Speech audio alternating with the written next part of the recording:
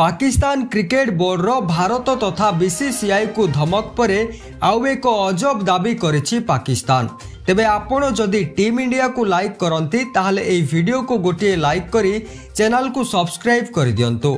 Asia cup 2023 भली champions trophy 2025 पाई मध्य पाकिस्तान पुणी थरे तार नीच हरकत आरंभ करिछि।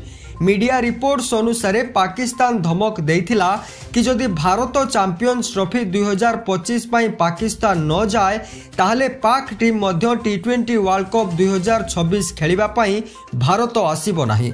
आउ पाकिस्तान पक्षरु वर्तमान एक नुआ मामला सामना को आसीछि। चैंपियंस ट्रॉफी पाई पाकिस्तान पूरा शेड्यूल प्रस्तुत करि सारिछि। एमिति कि भारत पाकिस्तान मैच पाई मध्य सबु किछि प्रस्तुति सरिछि। किंतु वर्तमान पाकिस्तान रो प्रस्तुति उपरे पानी मड़ई देछि बीसीसीआई।